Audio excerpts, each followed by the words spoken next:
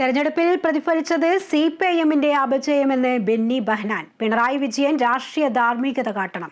AK. Antony മുഖ്യമന്ത്രി സ്ഥാനം രാജിവെച്ചു കാണിച്ച മാതൃക പിണറായി വിജയൻ കാട്ടണം. തൃശൂരിലെ തോൽവി കോൺഗ്രസ് വിജയത്തിന്റെ ശോഭ കെടുത്തുന്നില്ലെന്നും ബെന്നി ബെഹനാൻ പറഞ്ഞു.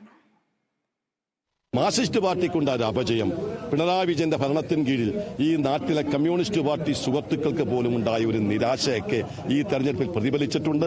ആ അപജയത്തിൽ നിന്നും കമ്മ്യൂണിസ്റ്റ് പാർട്ടി രക്ഷപ്പെടണമെങ്കിൽ അവരുടെ അന്ധമായ കോൺഗ്രസ് വിരോധവും അന്ധമായ UDF വിരോധവും മാറ്റി യാഥാർത്ഥ്യബോധത്തെ ഉൾക്കൊള്ളാൻ കമ്മ്യൂണിസ്റ്റ് പാർട്ടി തയ്യാറായാൽ അവർക്ക് നല്ലത് എന്ന് മാത്രം ഞാൻ സൂചിപ്പിക്കുന്നു.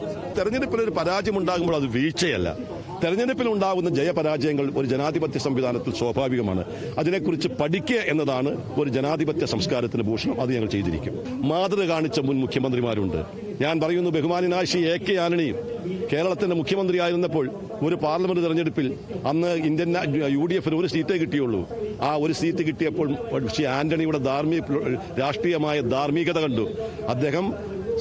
അദ്ദേഹത്തോട് രാജിവെക്കാൻ ആരും ആവശ്യപ്പെട്ടില്ല, പാർട്ടി ആവശ്യപ്പെട്ടില്ല. പക്ഷേ ആ ഉത്തരവാദിത്വം ഏറ്റെടുത്തുകൊണ്ട് അദ്ദേഹം പറഞ്ഞു, ഞാൻ രാജിവെച്ച് ഒഴിയുന്നു. അത് ഒരു പൊളിറ്റിക്കൽ ഒരു ധാർമ്മികതയാണ്, സത്യസന്ധതയാണ്.